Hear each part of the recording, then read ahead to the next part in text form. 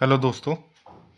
तो मैं फिर से इस एक और वीडियो ले आया हूँ। तो मेरा नाम सौरभ है और मैं आपका स्मार्ट कॉन्सेप्ट क्लासेस में बहुत बहुत स्वागत करता हूँ।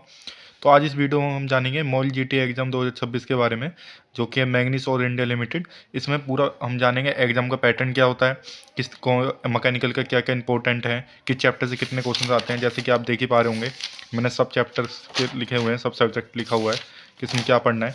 और इसके बाद हम ये भी जानेंगे कि कितने क्वेश्चन प्रीवियस ईयर में पूछे गए थे, किस टॉपिक से कितने क्वेश्चंस, मैंने सब पूरा टेबल बनाया हुआ है। ठीक है, तो चलिए इस वीडियो को शुरू करते हैं। तो सबसे पहले देखते हैं इसमें सिलेक्शन प्रोसेस। सिलेक्शन प्रोसेस में क्या है, सबसे पहले इसमें हम हमारा एग्जाम होता है, कंप्यूटर बेस्ड ऑनलाइन एग्जाम होता है, जिसे CVT 1 भी बोलते हैं। और उसके बाद जो दूसरा राउंड होता है वो पर्सनल इंटरव्यू होता है। तो ये कितना होता है, जनरली आपका 15 मार्क्स का 85 मार्क्स का होता है आपका CVT, एंड इंटरव्यू होता है आपका 15 मार्क्स का।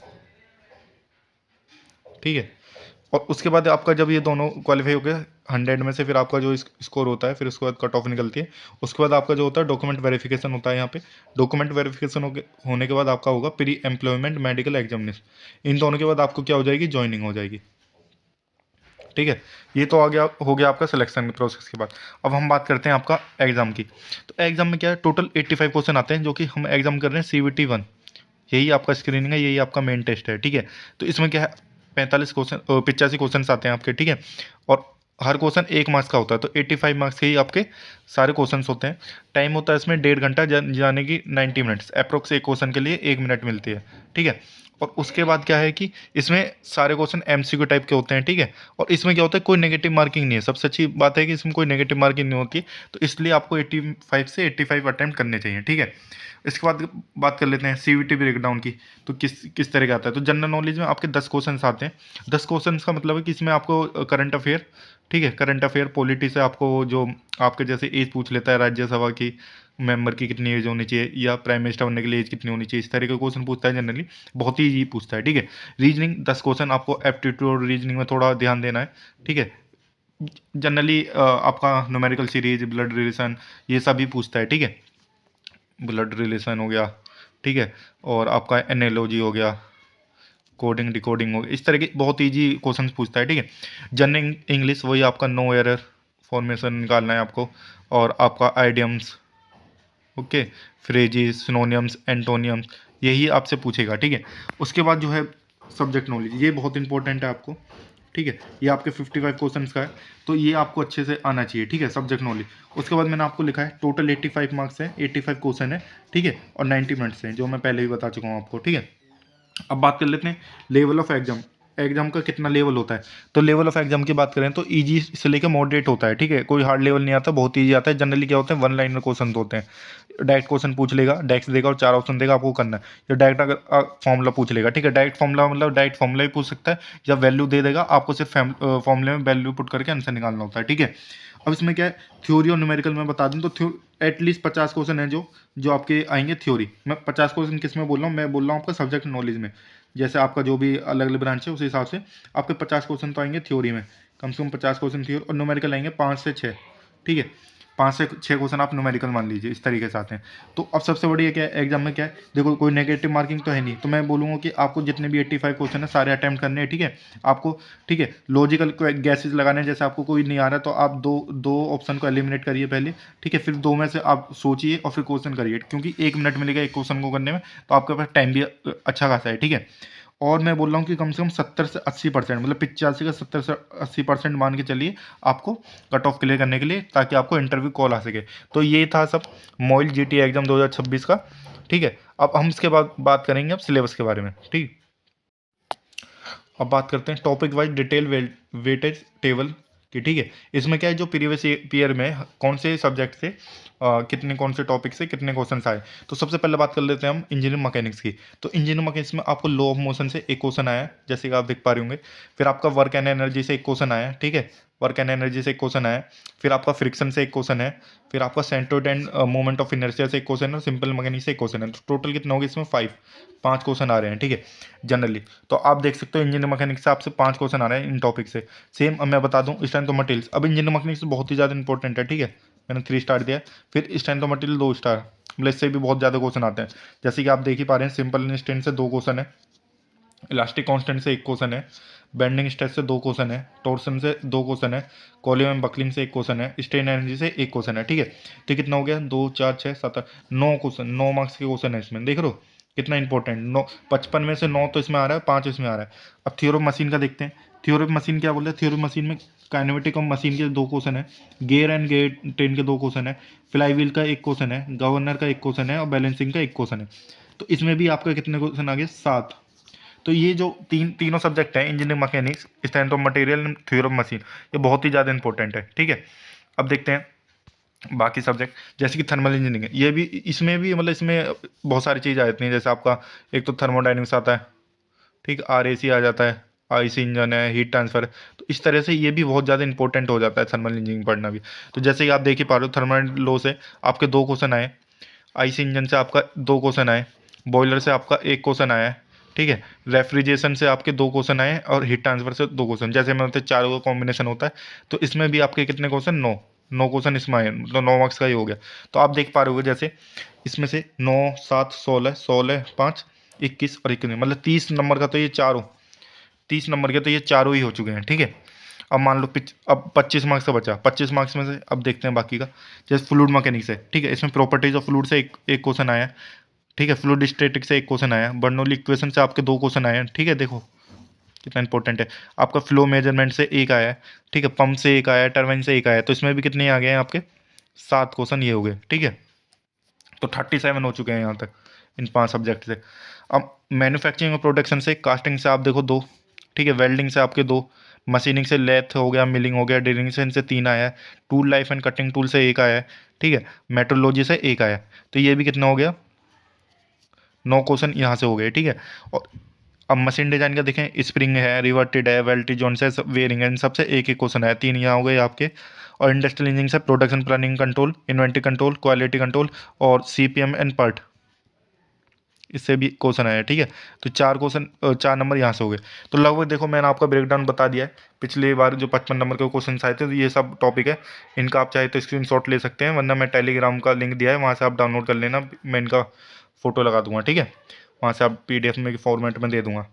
अब बात कर लेते हैं हम सिलेबस में, डिटेल सिलेबस में। जैसे आप इंजीनियरिंग मैकेनिक्स में देख रहे हो, तो इसमें से मैं बता दूं कि इन लॉ ऑफ मोशन में भी क्या इंपॉर्टेंट है। इस तरीके से मैं आपको पूरा डिटेल सिलेबस बताता हूँ।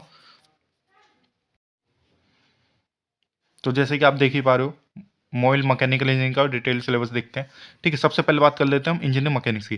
तो इंजीनियरिंग मैकेनिक्स में सबसे ज़्यादा इंपॉर्टेंट क्या है, पहला पहला टॉपिक आ जाता है resultant of forces. Resultant of forces के बाद क्या है, equation of the forces. Resultant forces मतलब फोर्स का जो भी रिजल्टेंट है बेसिकली दे देता है आपको निकालना। इक्वेशन ऑफ फोर्सेज में क्या है, जैसे कि आप देख पा रहे हो, कोप्लानर है, कॉन्करेंट फोर्सेज है, नॉन कोप्लानर कॉन्करेंट फोर्सेज है। तो इनकी इक्वेशन पूछ लेता है। जैसे आप इसकी देखोगे तो Fx is equal to sigma Fy is equal to 0 होता है, इस तरीके से। तो ये डायरेक्ट आपको ये दे देगा कि बताइए इक्वेशन ऑफ फोर्सेस क्या होगा कोप्लानर एंड कॉन्करेंट फोर्स के, तो आपको ये सब बताना पड़ेगा। इसी तरीके से आपका नॉन नो कोप्लानर और आपका कॉन्करेंट फोर्सेस, तो Fx हो जाएगा, सिग्मा Fy हो जाएगा, Fz 0 हो जाएगा, ठीक है, इन तीनों। इसी तरीके से आप ये चारों पढ़ लो, मैंने लिखा हुआ है। इनसे डायरेक्टली एक एक डायरेक्ट क्वेश्चन बन जाता है, ठीक है। फिर जो सबसे इंपॉर्टेंट है इसमें आपका पैरेललोग्राम लॉ ऑफ फोर्सेज है, ठीक है। अब ये आपको आना चाहिए, ठीक है। इसमें अब इसमें भी मैक्सिमम मिनिमम का केस पूछ लेता है, आर मैक्स कब होगा। तो आर मैक्स कब होता है, जब आपका P² प्लस Q² हो जाता है रिजल्टेंट, और ये थीटा कितना होना चाहिए इस टाइम पे, आपका आपका 0 डिग्री होना चाहिए, राइट, नहीं 180 डिग्री होना चाहिए।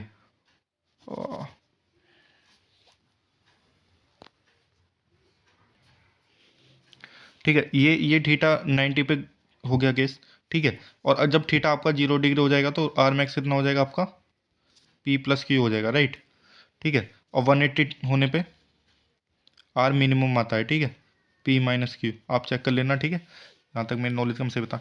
उसके बाद जो इंपॉर्टेंट टॉपिक है ये है लेमी थ्योरम, ठीक है। यहाँ से क्वेश्चन बनता है आपका, ठीक है। उसके बाद ये पूछ लेगा कपल एंड मूवमेंट में क्या डिफरेंस है। जैसे कपल में आपको बोलेगा साइकिलिंग कर रहा है कोई बंदा, तो बताइए उसका क्या होगा, ठीक है। इस तरीके का क्वेश्चन पूछ लेता है। साइकिलिंग में बताइए कपल होगा या आपका मूवमेंट होगा, या आपका बोतल ओपनर में क्या होता है, 4 ऑप्शन दे देगा, उसमें कपल होगा, ठीक है। ये इन दोनों में डिफरेंस पूछ लेता है, ठीक है। इसमें क्या होता है कि एक फाइनाइट डिफरेंस पे दो फोर्सेज होती हैं अपोजिट डायरेक्शन में, जबकि मूवमेंट क्या होता है तेरा, परपेंडिकुलर डिस्टेंस से मल्टीप्लाई कर देते हैं फोर्स की, इनकी जो डायमेंशन होती है सेम ही होती है। तो इस तरीके से पूछ लेता है। बाकी कपल में पूछ लेता है आपका रोटेशन होगा या आपका आपका ट्रांसलेशन मोशन होगा। तो ये भी बहुत इंपॉर्टेंट टॉपिक बन जाता है, ठीक है। लेमी थ्योरम, पैरेललोग्राम थ्योरम, ये इंपॉर्टेंट है, ठीक है। उसको लो फ्रिक्शन तो बहुत ही ज़्यादा, इससे तो एक क्वेश्चन आता ही है हर बार क्वेश्चन पूछ लेगा, इसके लो से पूछ लेगा, कुछ भी पूछ सकता है आपसे, ठीक है। लोस के बारे में, आपको फ्रिक्शन के बारे में पूरा पता होना चाहिए। उसके बाद आता है आपका centroid and centre of gravity. Centroid and centre of gravity के बारे में आपको पता होना चाहिए, ठीक है। सेंटर अब इसमें क्या होता है, सेंटर ऑफ ग्रेविटी जैसे आपसे कोई भी फिगर रेक्टेंगल दे देगा, उसका बोलेगा इसका सेंट्रोइड निकाल दो आप, ठीक है। मूवमेंट ऑफ इनर्शिया, एक होता है आपका एरिया मूवमेंट ऑफ इनर्शिया, एक होता है आपका मास मूवमेंट ऑफ इनर्शिया। पहले होता है इनके आपकी यूनिट पता होनी चाहिए, ठीक है। उसके बाद आपको फॉर्मूले जितने भी होते हैं, सर्कल के लिए क्या होगा आपका, ये सब पूछ लेता है, ठीक है। यहीं से आपका निकल के आता है के, रेडियस ऑफ गायरेशन,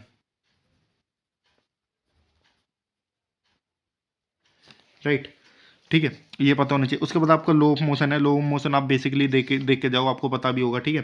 हर तरह के लो ऑफ मोशन देखना है आपको, आपको आना चाहिए। आपको लीनियर मोशन का, ट्रांसलेशन मोशन का, रोटेशनल का, सारे का आपको लो ऑफ मोशन आना चाहिए। इसको लिफ्ट केस और पैराबोला आ जाता है। इसमें क्या होता है कि डायरेक्ट फॉर्मूला पूछ लेता है पैराबोला का, जैसे मैक्सिमम हाइट का पूछ लेगा, u square sine square theta over 2g।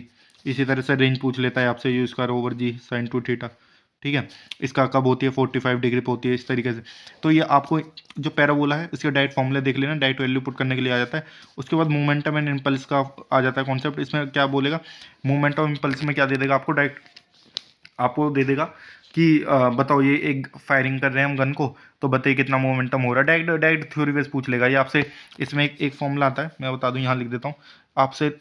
Coefficient of restitution पूछ लेता है परफेक्ट बॉडी के लिए। दो केस दे देगा आपको, या तो एक परफेक्टली इलास्टिक देगा या परफेक्टली प्लास्टिक देगा, तो उसमें वैल्यू पूछ लेता है, ये सब पूछ लेता है। वर्क एनर्जी थ्योरम, उसके बाद आ जाता है वर्क एंड एनर्जी थ्योरम। मैंने दिखाया भी आपको, एक क्वेश्चन आया है इससे, ठीक है। तो जनरली इसका पूछ लेना, इसका एनर्जी और वर्क में क्या रिलेशन होता है, आपका सेम यूनिट होती है, ठीक है। उसके बाद मैंने लिखा है आपका truss, mechanical advantage and screw. ये सब अगर आपके पास टाइम है तो आपको देख के जाइए। इसमें क्वेश्चन कैसे आते हैं मैं बता दूँ। इसमें क्या डायरेक्ट क्वेश्चन आते हैं, ठीक, और फॉर्मूला। डायरेक्ट क्वेश्चन पूछेगा या फॉर्मूला पूछेगा, डायरेक्ट, कोई इसमें घुमा फिरा के नहीं पूछता है। दूसरा हम बात कर रहे हैं वेरी हाई वेटेज सेक्शन है, जो कि है आपका स्ट्रेंथ ऑफ मटेरियल, सॉम। जैसे मैंने आपको बताया इसमें 9 क्वेश्चन आ रहे हैं, इसमें कितना आ रहे थे आपके 5 क्वेश्चन आए पिछली बार, इसमें कितने आ रहे हैं आपके 9 क्वेश्चन, समझ रहे हो। तो देख लो कितना इंपॉर्टेंट है। जैसे पहले ही टॉपिक लिखा है सिंपल स्ट्रेस एंड स्ट्रेन, बहुत ही है, बहुत सिंपल, लेकिन इससे क्या है, बहुत इंपॉर्टेंट है। बहुत डायरेक्ट क्वेश्चन पूछता है आपका, सिग्मा पी ओपन ए पूछता है आपसे, यूनिटलेस है, ट्रू स्ट्रेस है, ये सब के फॉर्मूले पूछ लेता है इनके, ठीक है। फैक्टर ऑफ सेफ्टी के फॉर्मूले पूछ लेगा डायरेक्ट, ठीक है। अब इसमें क्या होता है, एक ग्राफ होता है इसका, तो इस तरीके से ग्राफ होता है लीन है सिग्मा और ई के बीच में। तो इससे पूछ लेता है इसका स्लोप क्या देता है हमें, ई देता है, elastic constant, right, modulus of elastic, इस तरीके से ये पूछ लेता है। और ये तो भाई बहुत ही ज़्यादा इंपॉर्टेंट है, इससे तो हर बार हर पेपर में आपको क्वेश्चन मिलेगा।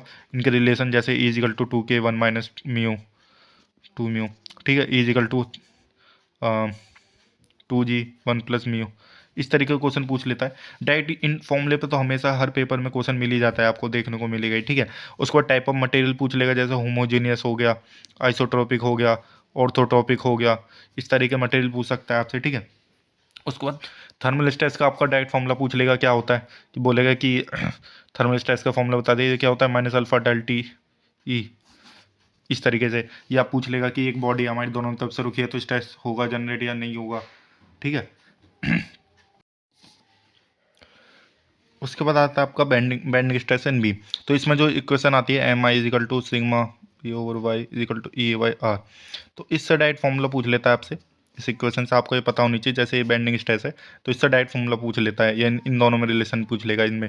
तो आपको पता है shear force and bending time आपको आना चाहिए। सबसे पहले तो आपको टाइप्स ऑफ बीम पता होने चाहिए, डायरेक्ट टाइप्स ऑफ बीम से भी क्वेश्चन पूछ लेता है। किस तरह से हमारा एक बीम है जो एक तरफ से फिक्स्ड है, तो बताइए किस तरह का होता है। तो आपको एस सिंपल सपोर्टेड बीम, आपका कैंटिलीवर बीम, फिक्स्ड बीम, ये सब आपको पता होना चाहिए, ठीक है। उसके बाद आता है शियर फोर्स, जैसे ये आपकी इक्वेशन पूछता है, ठीक है, इस इक्वेशन से भी क्वेश्चन पूछ लेता है। तो जनरली आपको इसके बारे में आपको जो फॉर्मूले हैं इसके, जैसे आपको सिंपल सपोर्टेड बहुत इंपॉर्टेंट है, इसका हमेशा पूछता है। पैराबोला होगा किस वाले केस में, जब हम सिंपल सपोर्टेड बीम है, जब इसका हम यूडीएल लगा रहे होते हैं, तो इसमें डायरेक्ट पूछ लेता है। ठीक है, कि आपका जो बेंडिंग मोमेंट डायग्राम बनेगा, पैराबोला बनेगा, लीनियर बनेगा, ट्रायंगल बनेगा, तो ये सब आपको पता होना चाहिए। ठीक है, इससे क्वेश्चन पूछा जाता है। उसके बाद जो इंपॉर्टेंट आता है वो होती है टोर्सन ऑफ शाफ्ट। इसमें भी एक इक्वेशन आती है,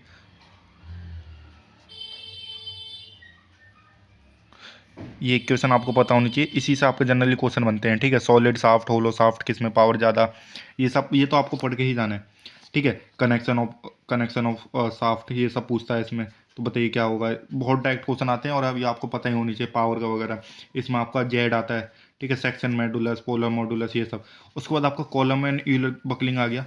ठीक है, कॉलम में एक क्वेश्चन आता है इसमें, pi square E I L square. ठीक है, यहाँ से तो ये इक्विवेलेंट लेंथ पूछता है। तो जैसे बहुत हिंज है, अगर हमारे जो कॉलम है बहुत दोनों तरफ से हिंज है, तो कितना रहेंगे, एल रखेंगे। इस तरीके से 4 केसेस होते हैं, वो चारों केस आपको पढ़ के जाने हैं। हर पेपर में आता है, 1 नंबर का आता है, डायरेक्ट पूछेगा, इसी तरीके से पूछेगा कि बहुत हिंज है, 1 फिक्स है, 1 एंड है, फिर ये। तो यहाँ पे बताइए क्या हो, डायरेक्ट ये आपको पता होना चाहिए। मैं बता रहा हूँ श्योर, इसमें से क्वेश्चन आएगा। आपको एक शियर फोर्स बेंडिंग में आपको उसका डिजाइन पता होनी चाहिए, पैराबोला होगा या ट्रायंगल होगा, क्या होगा।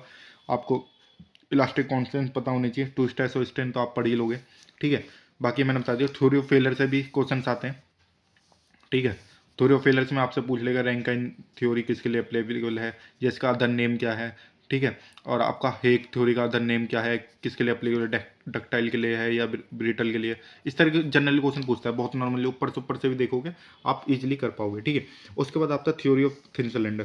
थ्योरी ऑफ थिन सिलेंडर में क्या पूछता है आपसे, आपसे हुप स्ट्रेस पूछ लेगा, डायरेक्ट फॉर्मूला पूछता है, लॉन्गिट्यूडल स्ट्रेस पूछ लेगा, या इसका फॉर्मूला क्या होता है, PD/2T, PD/4T, इस तरीके से आपसे पूछ लेगा। इसमें से अगर आपको नहीं फॉर्मूला नहीं पूछेगा तो आपसे वैल्यू दे देगा और बोलेगा हुप स्ट्रेस निकालो। ठीक है, स्प्रिंग में आपको पता है, स्प्रिंग में आपको कनेक्शन पूछेगा, भाई सीरीज में कनेक्ट है या पैरेलल में कनेक्ट है। ठीक है, दूसरा आपसे पूछेगा कि आपका के डेट इज डिफ्लेक्शन कितना है, या डेल्टा आपका डिफ्लेक्शन कितना है, कि आपका स्टिफनेस कितना है। इस तरह के क्वेश्चन पूछता है जनरली। ठीक है, तो ये भी बहुत ज़्यादा इंपॉर्टेंट है। ठीक है, आपको करके जाना है इस बहुत ही ज़्यादा, मतलब समझो 9 नंबर सिर्फ आपको ये पढ़ने से आ रहे हैं। 10 चैप्टर करके जाओगे आपका 9 नंबर हो जाएगा, और उसमें भी 10 चैप्टर कहाँ, मैंने 5-6 इंपॉर्टेंट आपको मार्क करें जो आपको पढ़ने ही पढ़ने हैं। ठीक है, अब बात कर लेते हैं। ठीक है, थ्योरी ऑफ मशीन की, इसमें लिखा हुआ है मैंने मोस्टली थ्योरी और स्मॉल न्यूमेरिकल्स आते हैं। तो सबसे पहले तो आपको सिंपल मैकेनिक्स के बारे में पता होना चाहिए, काइनेमेटिक चैन क्या होती है, काइनेमेटिक लिंक क्या होते हैं, इनसे ही पूछ लेता है डायरेक्ट। ठीक है, तो ये आपको पता होना चाहिए, आपके पेयर कितने होते हैं, बाइनरी पेयर और आपके टर्सनरी पेयर और क्वार्टरनरी पेयर में क्या रिलेशन होता है। उसके बाद जो इंपॉर्टेंट आता है degree of freedom. Degree of freedom significance आता है। डिग्री जैसे F=0 है तो उसका मतलब क्या है, आपका स्ट्रक्चर बनेगा। F=-1 है, -2 है, तो सुपर स्ट्रक्चर बनेगा। F=1 है, काइनेटिक चैन है।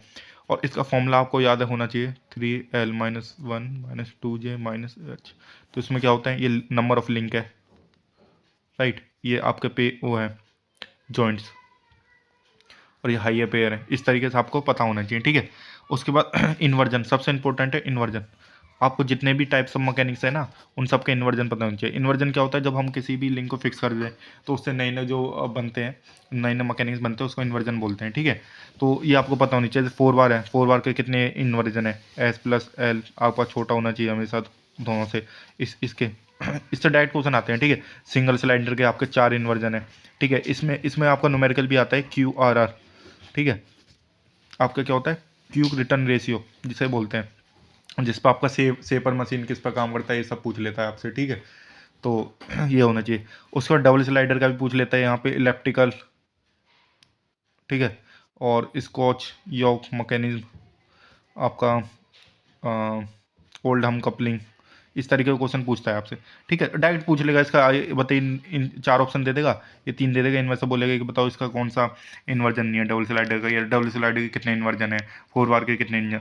तो ये आपको पता होना चाहिए। ठीक है, सिंपल मैकेनिक्स में यही आपके क्वेश्चन पूछे जाते हैं। उसके बाद आपका वेलोसिटी एंड एक्सेलरेशन, इसका बेसिक पढ़ना है, कोई ज़्यादा डीप नहीं है। इसमें किनेटिक थ्योरम आता है, एक आता है आपका ये फॉर्मूला। इसमें जैसे एक लिंक की आपको वेलोसिटी दे देगा और आपसे बोलेगा एक निकाल दो, दूसरे लिंक की निकाल दो, इस तरीके से होता है। ठीक है, आप वो फॉर्मूला देखना है, ये इस तरीके से लिखा रहता है। ठीक है, एग्जोड होता है आपका आई सेंटर फॉर्मूला। आई सेंटर का फॉर्मूला क्या होता है? L L minus one by two. जैसे आपके 4 लिंक है तो पूछेगा आई सेंटर कितने, तो 4 × 3/2, तो कितने हो जाएंगे आपके 6।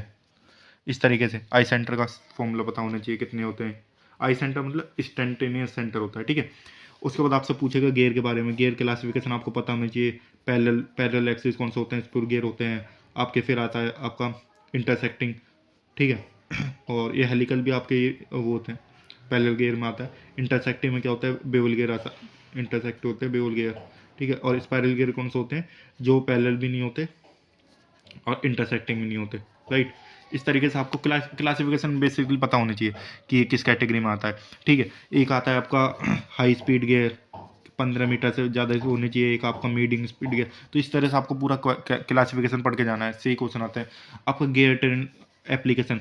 जहाँ जहाँ जैसे कंपाउंड गियर ट्रेन है, रिवर्टेड गियर ट्रेन है, आपका घड़ी में कौन सा यूज होता है ये आपको पता होना चाहिए। डिग्री ऑफ फ्रीडम आपका जो प्लानिटरी गियर होता है उसकी 2 होती है, तो ये आपको पता होना चाहिए। और यहाँ से क्या है आपका वेलोसिटी रेशियो है, ट्रेन रेशियो है, ट्रेन वैल्यू है, ये सब आपके इनका फॉर्मूला थोड़ा आपको देख के जाना है, ठीक है। और आइडल गियर क्या काम करता है आपके डायरेक्शन चेंज करने के लिए जो होता है। तो इस तरह का आपको बेसिक जो बेसिक है वो आपको पता होने चाहिए, ठीक है। उसके बाद है आपका गवर्नर। गवर्नर का सिंपल आपको क्लासिफिकेशन पढ़ना है, कुछ नहीं पढ़ना है इसमें। एक फॉर्मूला आता है, ठीक है, ये पढ़ लेना आप। हाँ, H=G, ये आपको सिर्फ याद कर लेना, ठीक है। ओमेगा बोलो, इसको बोलो, ठीक है, ये होता है, ठीक है। गवर्नर में आपको सिंपल क्लासिफिकेशन, जैसे आपका डेड वेटेड कौन सा, पोर्टल गवर्नर कौन सी इसमें आता है, ठीक है।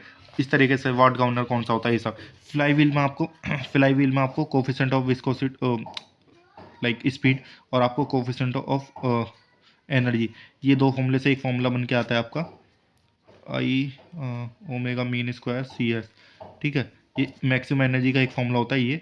और जायरोस्कोप में आपको जायरोस्कोपिक कपल आई ओमेगा ओमेगा पी, इससे, ठीक है। तो जनरली आप बेसिक बेसिक देखोगे तो ये भी हो जाएगा आपका। तो मोस्ट इंपॉर्टेंट क्या है इसमें, आपका जो ये है डिग्री ऑफ फ्रीडम है, सिंपल मैकेनिक्स है, ठीक है। और आपका ये टाइप ऑफ मैकेनिज्म है, ये सब आपको पढ़ के जाना है। ऊपर बताया ना, ये सब पार्ट तो आपको पढ़ना ही है। उसके बाद I centre, gear classification, gear train value, यहाँ तक आप पढ़ भी लोगे तो भी आपका काम हो जाएगा, ठीक है। अब बात करते हैं हम थर्मल इंजीनियरिंग। देखो, हमेशा 8 से 10 क्वेश्चन आते हैं, क्योंकि इसमें thermodynamics, IC engine, boiler, RAC और आपका हीट ट्रांसफर, 500 चीज़ होती हैं, ठीक है। तो थर्मोडाइनमिक्स में सबसे पहले क्या है, आपको बेसिक पता होनी चाहिए सिस्टम और सराउंडिंग क्या होती है। उसके बाद आपसे टाइप ऑफ थर्मो सिस्टम पता होनी चाहिए, क्लोज सिस्टम क्या होती है, आपको ओपन सिस्टम में, आइसोलेटेड सिस्टम के, इनके एग्जांपल पता होने चाहिए कि यूनिवर्स कौन सा है आपका, आइसोलेटेड सिस्टम। इस तरीके से आपको आपको एग्जाम्पल भी पता होने चाहिए, ठीक है। डायरेक्ट एग्जाम्पल पूछ लेता है कभी। उसके बाद क्या, ऑल सारे लो पता होने चाहिए। जीरो लो किसका होता है आपका, टेम्परेचर का लो होता है, राइट। फर्स्ट लो आपका किसका होता है, इंटरनल एनर्जी, डायरेक्ट यही पूछेगा, सब बोलेगा सेकंड बताइए किसका होता है, या conversion of conservation of energy होता है, डायरेक्ट ऐसे पूछेगा, ठीक है। आपसे सेकंड लो क्या होता है, एंट्रोपी लो बोलते हैं इसको, या डायरेक्शन लो। बस यही देखो, एक क्वेश्चन बन गया, डायरेक्ट यही पूछ लेगा आपसे, ठीक है। इसी तरीके से वर्क डन पूछता है, work done heat transfer. Work done आपको पता होना चाहिए आपके क्लोज सिस्टम के लिए और आपके ओपन सिस्टम के लिए। डायरेक्ट फॉर्मूला भी पूछ लेता है, और इसमें ग्राफ आता है, वो भी आपको देखना चाहिए। फिर आपसे प्रॉपर्टीज होती हैं एक तरह से, इंटेंसिव और एक्सटेंसिव, राइट। ये क्या करती है, मास एंड वॉल्यूम पर डिपेंड करती हैं, ठीक है। ये do not depend on mass and volume. तो इसके अब एग्जाम्पल पता होने चाहिए आपको इंटेंसिव और एक्सटेंसिव के, ठीक है। उसके बाद टेम्परेचर रिलेशन पूछ लेता है। टेम्परेचर रिलेशन का एक फॉर्मूला होता है, जैसे C-0/100 K-273/100 F-32/180। यहाँ से अब ये आपका होता है टेम्परेचर रिलेशन होता है। लेकिन अब आपसे कोई नया स्केल दे देगा, तो नया स्केल क्या करना है, melting point, boiling point minus melting point. इस तरीके से अगर आपको ये याद है तो आपका एक नंबर बन जाएगा, ठीक है। उसके बाद आपका ट्रिपल एंड क्रिटिकल पॉइंट पूछ लेता है कभी कभी, कि क्रिटिकल पॉइंट कहाँ होता है, कितना उसमें टेम्परेचर होना चाहिए 374 डिग्री सेल्सियस, या कितना उसका प्रेशर होना चाहिए, टिपल पॉइंट कहाँ पे होता है 0.1 डिग्री सेल्सियस पे होता है, कितना प्रेशर होना चाहिए उस टाइम, ये सब पूछ लेता है। टिपल पॉइंट कौन सा होता है, जब जहाँ पे आपका वाटर तीनों फॉर्म में प्रेजेंट हो, ठीक है। उसके बाद गैस लो हो गया जो इंपॉर्टेंट है, आइडियल गैस से पूछ लेगा। गैस लो जैसे बॉयल्स लो क्या हो गया आपका, टेम्परेचर कांस्टेंट हो गया, तो पी और बी में बन गया हाइपर बनता है, ठीक है, सॉरी। आपका चार्ल्स लो में प्रेशर कांस्टेंट हो गया, तो वी और टी में आपका लीनियर बनता है। इस तरीके से डाइट डाइट मतलब पूछ लेगा कि कौन, इसमें बताओ बॉयल्स लॉ में हम किसको कांस्टेंट रखते हैं, तो इस तरीके से क्वेश्चन पूछता है। उसके बाद सबसे इंपॉर्टेंट है सेकंड लॉ में कैल्विन्स एंड क्लोसिस स्टेटमेंट, ठीक है। पहले लॉ का मैं बता दूं, पहले लॉ में क्या इंपॉर्टेंट है, इससे एक न्यूमेरिकल आ जाता है, या तो ये पूछ लेगा ये वैलिड किस लिए, ठीक है। या इसमें क्या होता है, इसके लिए तेरे को आपको क्यू दे देगा और डब्ल्यू दे देगा, आपसे यू पूछ लेगा, इन तीनों में से कोई भी दो दे देगा और आपसे पूछ लेगा निकाल लो तीसरा क्या है। सिंपल, प्लस माइनस करना है आपको। आपको पता होना चाहिए जब हम वर्क किसी मशीन को दे रहे हैं, इनपुट कर रहे हैं, तो क्या लेते हैं उसको, नेगेटिव लेते हैं, ठीक है। और वर्क जब हम मशीन करके दे रही है तो उसे लेते हैं पॉजिटिव, और हीट इसका उल्टा हो जाता है, ठीक है। जब आप करोगे आपको आ जाएगा, ठीक है। और उसके बाद केल्विन एंड क्लोसिस स्टेटमेंट आपको पता होनी चाहिए। लाइक केल्विन ने क्या दिया आपको, एनर्जी प्रोड्यूसिंग डिवाइस देता है ये, और केल्विन क्या होता है, एनर्जी कंज्यूमिंग डिवाइस देता है। एनर्जी मतलब हीट इंजन। और इसने क्या दिया था, हीट पंप और रेफ्रिजरेशन, राइट। इस तरीके से। उसके बाद आपको इंथैल्पी का फॉर्मूला पता होना चाहिए, H is equal to U plus P V, ठीक है, स्पेसिफिक इंथैल्पी यूनिट वगैरह, ठीक है। और एंट्रोपी क्या है, रेंडमनेस को नापती है, और इसके फॉर्मूले कुछ, ठीक है, ये आपको पता होनी चाहिए। बस इतना ही थर्मोडाइनमिक्स में पढ़ लोगे आपको थर्मोडाइनमिक्स हो जाएगा। उसके बाद आईसी इंजन में क्या है, 2 स्ट्रोक वर्सेस 4 स्ट्रोक आपको देखना है। 2 स्ट्रोक वर्सेस 4 स्ट्रोक में क्या है आपका डिफरेंस, इसका डिफरेंस पता होना चाहिए दोनों में, ठीक है। सीआई वर्सेस आईसी इंजन में डिफरेंस पता होना चाहिए कि भाई 2 स्ट्रोक में कितने पावर स्ट्रोक, कितना स्ट्रोक होते हैं, कौन सी पावर साइकिल होती है, फ्लाई व्हील की जरूरत है नहीं है, स्पेस कितना है, सीआर ऐसे इंजन में कौन सा पेट्रोल यूज़ कर रहे हैं, कहाँ पे कितना करना है, सेल्फ इग्निशन टेम्परेचर, आपका कंप्रेशन रेशियो कितनी होती है। फिर इसके बाद इंपॉर्टेंट है आपका Otto cycle, diesel cycle and dual cycle, ठीक है। इनकी एफिशिएंसी का आपको फॉर्मूले पता होने चाहिए, न्यूमेरिकल आता है, ठीक है, डायरेक्ट। और उसमें बोलेगा वेटर कौन सी है, जैसे अगर सेम कंप्रेशन रेशियो रखे तो इन तीनों से पूछ लेगा सबसे बढ़िया कौन सी है, तो इस तरीके से। ठीक है, आपको नॉकिंग एंड डिटोनेशन पता होनी चाहिए कि किसको कम करने से हमारी नॉकिंग और डिटोनेशन कम हो जाएगी, किस किस में क्यों प्रॉब्लम आती है, ठीक है। उसके बाद आपको फ्यूल है जैसे आपका ऑक्टेन, ऑक्टेन किसका फ्यूल है, C10 किसका फ्यूल है, ठीक है। ऑक्टेन किसका होता है, पेट्रोल का होता है, और C10 आपका डीजल का होता है। आइसो ऑक्टेन होता है आपका 100%। तो इस तरीके से आपको थोड़ा फ्यूल के बारे में भी होना चाहिए। तो आईसी इंजन में आपको यही पढ़ना है। उसके बाद बॉयलर में क्या होता है, टाइप ऑफ बॉयलर पढ़ना है आपको। एक होता है वाटर ट्यूब बॉयलर, एक होता है आपका फायर ट्यूब बॉयलर, राइट। ये आपको पढ़ना है, बस इतना ही पढ़ना है। वाटर ट्यूब बॉयलर के टाइप्स पढ़ने हैं, फायर ट्यूब बॉयलर, आप फायर ट्यूब बॉयलर 4-5 प्रकार के होते हैं, ये पढ़ लेना आप, तो अब बाकी सब वाटर ट्यूब बॉयलर ईजी हो जाएगा। उसका बॉयलर माउंटिंग एंड एसेसरीज देख के जाना, डायरेक्ट क्वेश्चन आ जाता है, ठीक है। और ड्राउट होता है आपका, नेचुरल ड्राउट हो गया या आर्टिफिशियल ड्राउट है, ये सब आप देख लेना एक बार, ठीक है। इतना डीप में नहीं जाना बॉयलर में, सिर्फ ऊपर से टाइप भी देख लोगे तो काम हो जाएगा, ठीक है। अब RAC बात कर लेते हैं, इंपॉर्टेंट है, इससे क्वेश्चन आएगा। COP या तो आपको न्यूमेरिकल दे देगा, ठीक है, या तो COP से न्यूमेरिकल दे देगा आपको। COP क्या होता है आपको पता है ना, रेफ्रिजरेंट इफेक्ट कंप्रेसर वर्क, ठीक है। या दूसरे टर्म में, इंथैल्पी के टर्म में कैसे लिखते हैं, H-H4 H2-H1, राइट, मेरे ख्याल से तो ये लिखते हैं, बाकी आप चेक कर लेना एक बार, ठीक है। उसके बाद जो है vapour compression cycle, refrigeration cycle, ठीक है।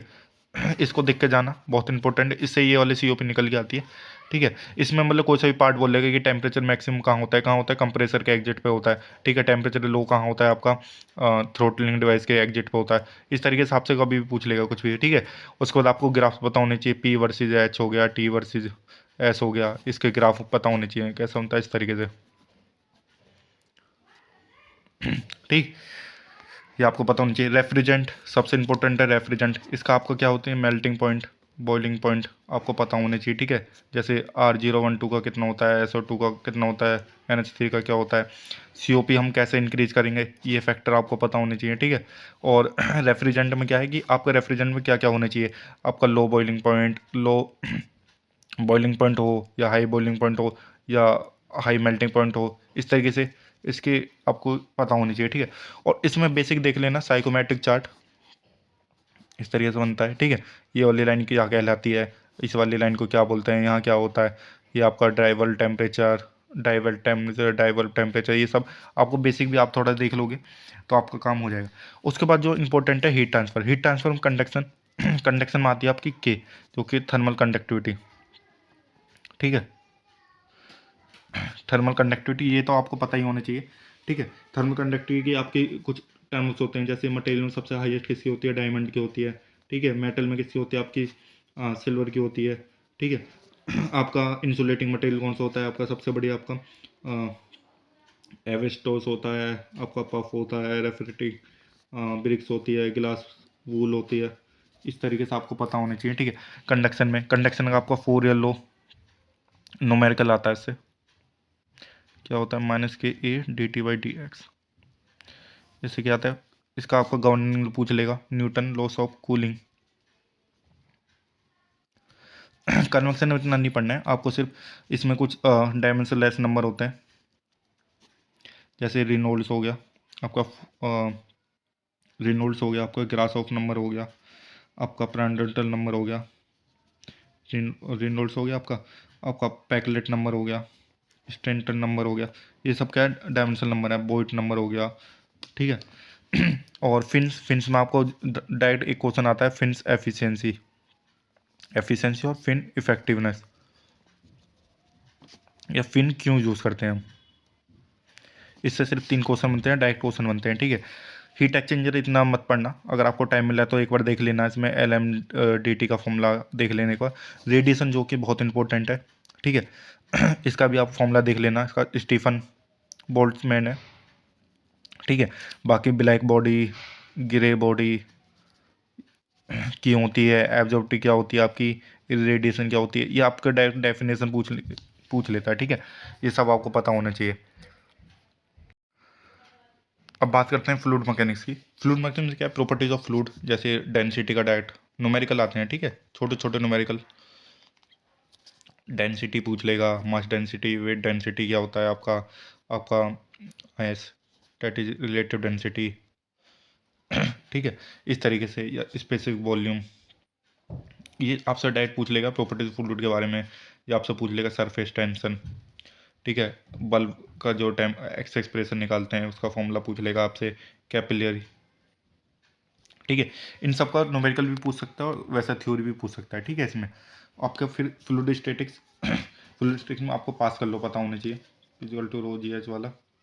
ये क्या बोलता है आपका पास्कल, किसी भी पॉइंट पर अगर प्रेशर लगाए तो सारे डायरेक्शन में सेम होगा, जिस पर क्या इसके एप्लीकेशन पता होनी चाहिए। एप्लीकेशन कहाँ होती है आपकी, हाइड्रोलिक मशीन्स में, ठीक है। हाइड्रोलिक स्टोर क्या होता है, P equal to rho g h, ठीक है। यहाँ से प्रेशर और पॉइंट निकल के आता है एक, ठीक है। कहाँ पे हम प्रेशर निकालेंगे, जो आपका ये फॉर्मूला पढ़ा हुआ आपने,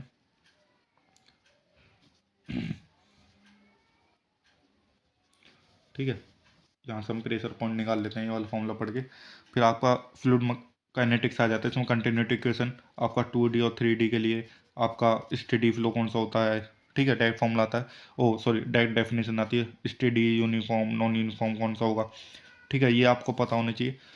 पोटेंशियल फंक्शन के देख लेना, स्ट्रीम फंक्शन का फॉर्मूला देख लेना, एक्सलेशन का आपको फॉर्मूला देखना है, ठीक है। ज़्यादा इंपॉर्टेंट क्या है इसमें, स्टेडी, अनस्टेडी और यूनिफॉर्म, नॉन यूनिफॉर्म फ्लो कौन कौन से होते हैं, ये सब आपको पता होनी चाहिए। लैमिनार फ्लो कौन सा फ्लो होता है आपका, रोटेशनल फ्लो कौन सा होता है, डायरेक्ट डेफिनेशन पूछ लेता है आपसे, स्टीम फंक्शन पूछ लेगा आपका, पाथ लाइन कौन सी होती है, स्टीम लाइन कौन सी होती है, स्टिक लाइन कौन सी होती है, तो इनकी ना डायरेक्ट डेफिनेशन आपको पता होनी चाहिए, ठीक है। डायरेक्ट डेफिनेशन पूछता है।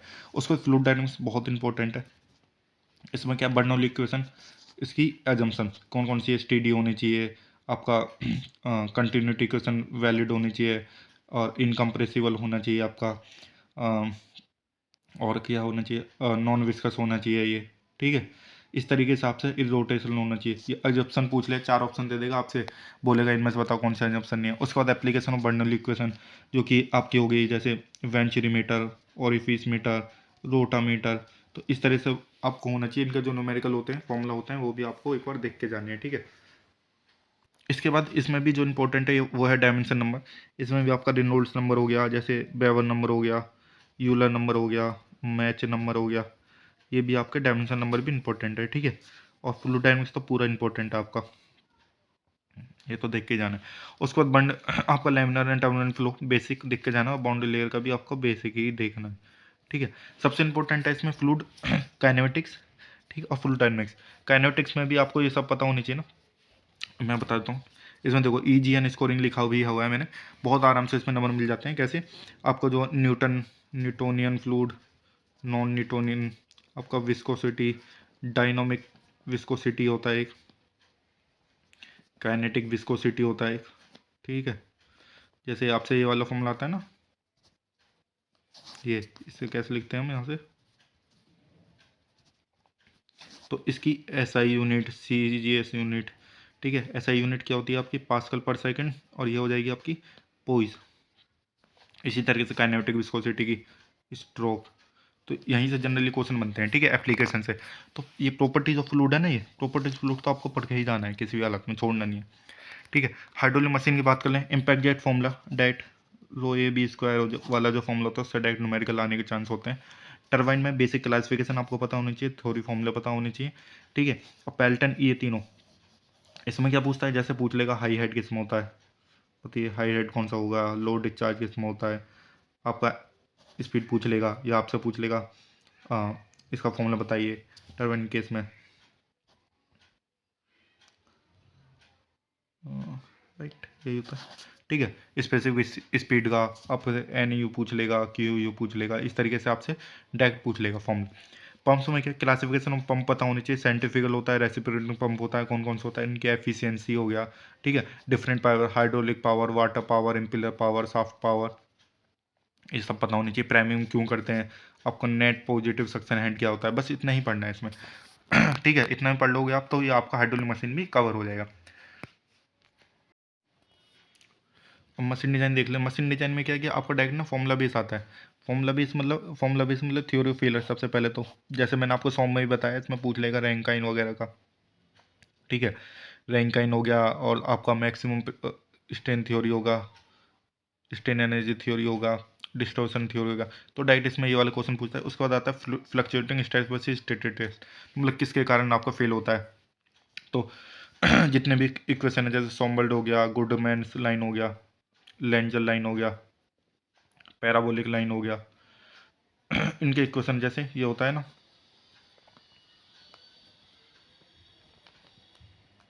ये आपका क्या है, समरफील्ड लाइन है, ठीक है। तो इस तरीके से आपको फॉर्मूला पता होना चाहिए। इसमें डायरेक्ट ये पूछता है आपका स्ट्रेस कंसंट्रेटेड स्ट्रेस पूछ लेगा आपसे फॉर्मूला, नॉट सेंसिटिविटी क्यू, अगर क्यू इक्वल टू 1 है, कब है, ये सब, ठीक है। आपका मीन स्ट्रेस क्या होता है, एम्पलीट्यूड स्ट्रेस क्या होता है, मीन स्ट्रेस क्या होता है, सिग्मा मैक्स प्लस सिग्मा मिन बाई 2। इसी तरीके से बेरिंग, बेरिंग बहुत ज़्यादा इंपॉर्टेंट है, बहुत ही ज़्यादा इंपॉर्टेंट है इसमें। इसमें classification of bearing, ball bearing, आपका रोलर बेरिंग, आपका जनरल बेरिंग, ठीक है। जितने भी क्लासिफिकेशन बेरिंग है आपका बहुत इंपॉर्टेंट है, ठीक है।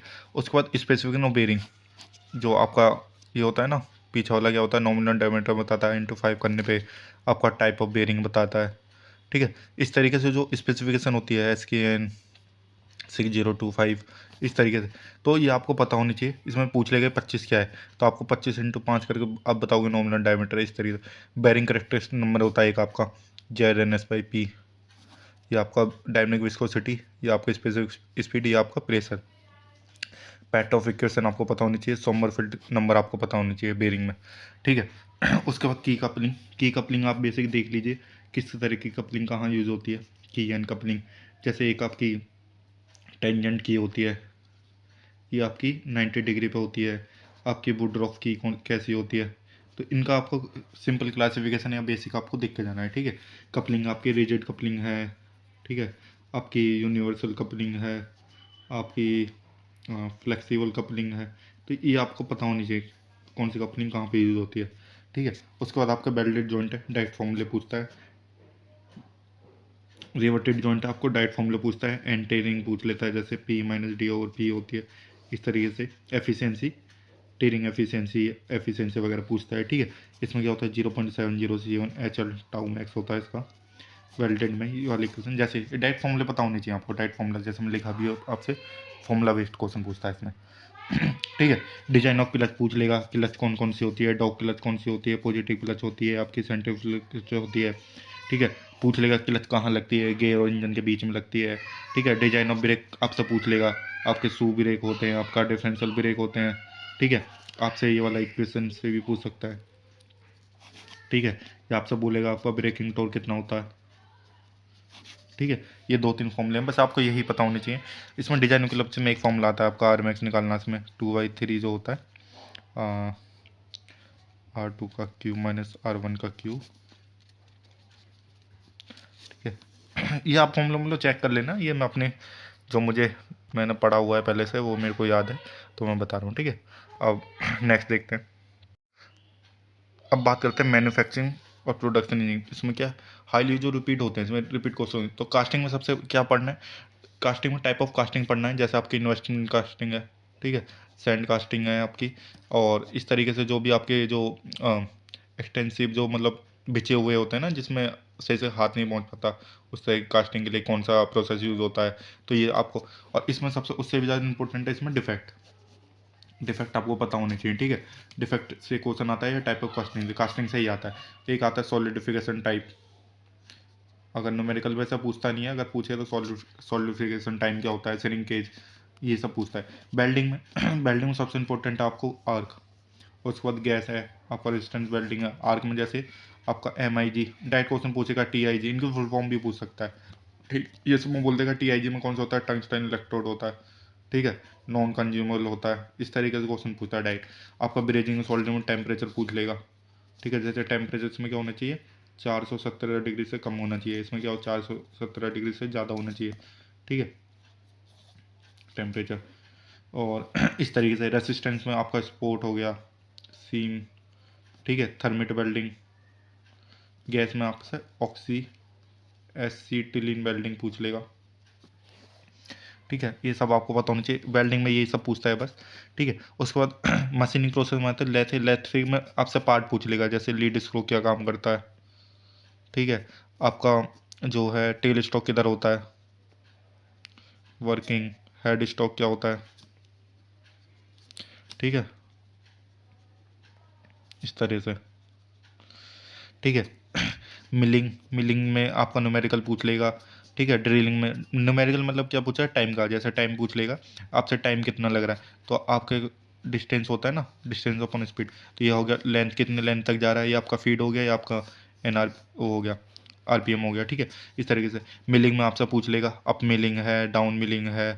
ठीक है, स्लैब मिलिंग है, आपका फेस मिलिंग है, एंड मिलिंग है। इस तरीके से आपको मिलिंग के क्लासिफिकेशन पता होनी चाहिए। ठीक है, उसके बाद मेटल कटिंग के फॉर्मूले जितने भी होते हैं, जितने भी हैं, जैसे फाई निकालना और आपका अल्फ़ा, रेक एंगल। ठीक है, टूल ज्योमेट्री, टूल सरफेस, ये सब। ठीक है, उसके बाद ग्राइंडिंग व्हील स्पेसिफिकेशन, आपको पूरा ग्राइंडिंग व्हील का स्पेसिफिकेशन पढ़ लेना, आपका ग्राइंडिंग खत्म हो जाएगा। ठीक है, उसके बाद टूल लाइफ का न्यूमेरिकल VTN=C। इससे क्या होता है, आपका न्यूमेरिकल आता है, इससे ग्राफ भी देख के जाना है। एक तो ग्राफ इसके इस तरीके से बनता है, एक ग्राफ इसका इससे, ये बनता है आपका लॉग वाला, और ये आपका सिंपल का। ठीक है, उसके बाद आपका मेट्रोलॉजी में आपको फिट से देख के जानी है, जैसे क्लियरेंस फिट हो गया, इंटरम फिट, ट्रांजिशन फिट, इस तरीके से। उसके बाद वर्निकुलर का आपका लीस्ट काउंट, और कैसे करते हैं लीस्ट काउंट, कितना होता है 0.02। अब साइन वार किस लिए यूज़ होता है, माइक्रोमीटर का लीस्ट काउंट 0.01। गोजेस कौन कौन सी होती हैं, गो गोजेस। ठीक है, नो गो गोजेस, प्लग आपका इस तरीके से। और सरफेस फिनिश में आपको ज्योमेट्री देख के जानी है कि रफनेस क्या होता है, वेवीनेस क्या होता है। ठीक है, और माइक्रोमीटर क्या होते हैं, कंपरेटर, मैकेनिकल कंपरेटर, ऑप्टिकल, ये सब आपको देख के जाने हैं। ठीक है, तो अब बात करते हैं इंडस्ट्रियल इंजीनियरिंग में। इसमें क्या है, सबसे पहला है ब्रेक इवन पॉइंट। ठीक है, ब्रेक इवन पॉइंट का आपके जितने भी ग्राफ होते हैं, फिक्स कॉस्ट का, वेरिएबल कॉस्ट का, टोटल सेलिंग कॉस्ट, आपका टोटल कॉस्ट, ये सब आपको पता होने चाहिए। इस तरीके से जो ग्राफ बनता है। ठीक है, ये थोड़ा सा इस तरह से आपसे जो ग्राफ बनता है ये पूछ लेगा। ठीक है, न्यूमेरिकल, इससे न्यूमेरिकल भी आ जाता है, जैसे आपसे पूछ लेगा ब्रेक इवन पॉइंट पर कितनी quantity, F plus S minus B, तो यहाँ से प्रॉफिट आपका जीरो करोगे यहाँ से, और आपका निकल के आ जाएगा। ठीक है, उसके बाद इन्वेंट्री क्लासिफिकेशन, इन्वेंट्री में जैसे आपका डिटर्मिनिस्ट मॉडल है, प्रोबेबिलिस्टिक है, तो सबसे ज़्यादा आपसे वो पूछता है डिटर्मिनिस्टिक, इसमें ई ओ क्यू, इससे एक फॉर्मूला आता है जो कि आपका निकालना पड़ता है क्वांटिटी, तो कितना होता है 2D इंटू सी ओवर सी सी, और टी आई सी पूछ ले तो। ठीक है, ये आपका ऑर्डरिंग कॉस्ट है, ये आपका कैरिंग कॉस्ट है। इस तरीके से 2 फॉर्मूले पूछ लेता है। लीड टाइम, ठीक है, R O Q, R O P, reorder level point, ये सब पूछ लेता है आपसे। ठीक है, जैसे मैंने लिखा है न्यूमेरिकल तो आएगा ही आएगा इससे, हमेशा एक न्यूमेरिकल तो आप आएगा। पैरेटो चार्ट से जैसे ए बी सी, ठीक है, ऑलवेज बेटर कंट्रोल, क्या होता है ऑलवेज बेटर कंट्रोल। ठीक है, इस तरीके का क्वेश्चन पूछ लेगा। ये आपसे पूछेगा आपका slow moving, fast moving, normal moving, इस तरीके से आपसे पूछ सकता है। ठीक है, उसको सिंपल कैसे, ये है तो इसका सर्कल क्या है, ऑपरेशन होता है। ठीक है, ये स्टोरेज हो गया, राइट, ये ट्रांसपोर्ट हो गया, तो इस तरह के सिंबल पूछ सकता है आपसे। ठीक है, और क्या पूछे, प्रोडक्शन प्लानिंग है, प्रोडक्शन प्लानिंग में क्या पूछता है आपसे, MRP first, MRP second, dispatching, routing, scheduling, ये इनमें से इनके पांचों का काम और पांचों की आपको जो वो है, जैसे एमआरपी क्या होता है, मटेरियल रिसोर्स प्लानिंग होता है, और एक होता है आपका मैन्युफैक्चरिंग रिक्वायरमेंट प्लानिंग। ठीक है, इस तरह से आपको पता होना चाहिए। डिस्पैचिंग क्या करता है, डिस्पैचिंग बताता है अपनी मशीन को कि अपना काम शुरू होने वाला है। राउटिंग आपको पाथ बनाता है, शेड्यूल, ये सब। ठीक है, बाकी क्यू थ्योरी के फॉर्मूले देख लेना एक बार। ठीक है, फोरकास्ट के फॉर्मूले और आपका बेसिक थ्योरी क्वेश्चन। ठीक है, ठीक है, ये भी पढ़ के जाना। बाकी शेड्यूल टाइम का देख लेना, मेक स्पेंड टाइम क्या होता है। ठीक है, और मेक स्पेंड टाइम हो गया आपका, फ्लो टाइम क्या होता है, जॉब फ्लो टाइम, तो ये सब पूछना है। जैसे इसमें क्या है, और मैंने लिखा है CPM एंड पार्ट। ठीक है, ये आपको देख के जाना है, इन दोनों में डिफरेंस देख लेना। और इसमें एक एस्टिमेटेड टाइम निकालता है जो होता है आपका TP plus 4TM T0 over 6, expected time निकाल पाता है आपसे पार्ट, तो इस तरीके से। तो आप देख लेना, इसमें आपको थ्योरी क्वेश्चन पूछा जाता है, सिंपल थ्योरी क्वेश्चन जैसे में लिखा हुआ है। तो इस वीडियो को यहीं ख़त्म करते हैं, काफ़ी बड़ी वीडियो हो गई है, और मुझे लगता है कि आपको मोइल से अब कोई भी सिलेबस में कोई भी दिक्कत नहीं आ रही होगी। मैंने सब बता दिया आपको, क्या पढ़ना है क्या छोड़ना है। ठीक है, तो मेरे चैनल को सब्सक्राइब करिए और इस वीडियो को लाइक करिए। और अगर कोई भी दिक्कत है, कमेंट में अगर कुछ भी चाहिए, आपको चाहते हैं कि आप मैं इसका सैम्पल पेपर कराऊँ नेक्स्ट, तो मुझे कमेंट में बता देना। और जो भी आपके कोई भी अगर डाउट है या कोई आपका फीडबैक है मेरे लिए, तो मुझे बता देना कमेंट में। तो मिलते हैं नेक्स्ट वीडियो में। Thank you, bye.